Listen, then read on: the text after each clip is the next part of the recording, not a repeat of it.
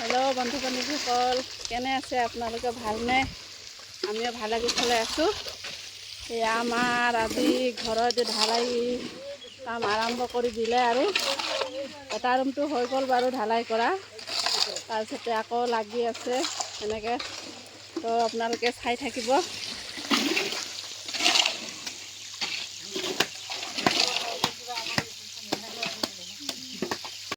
A few moments later.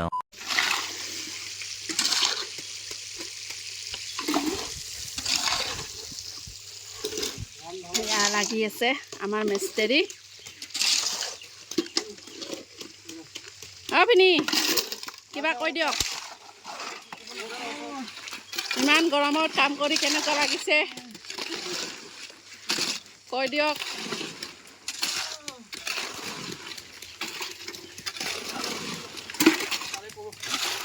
পুৰা কাম লাগি আছে একদম। ৰ'দ কেনেকুৱা দিছে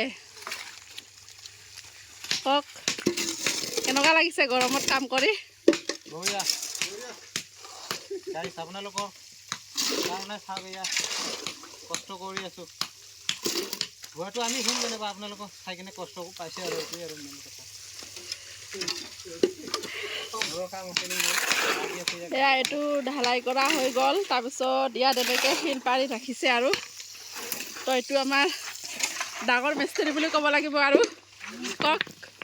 সেয়া গৰম খবৰছে উপায় নাই, গৰম হ'লে কি কৰিবলগীয়া হৈছে আৰু। গৰমটো গৰম বুলি থাকিলেতো ভাত পেট নভৰিব না, কামটো কৰিবই লাগিব।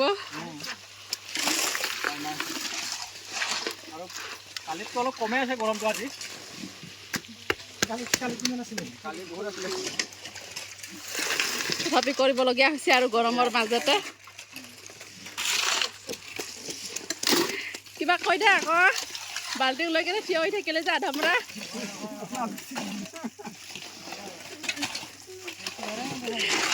ভিনি কিবা কৈ দিয়ক।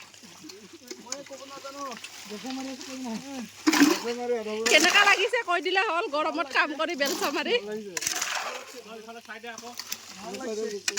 এইপিনে অকণমান ঘূৰি দিলে হ'ল।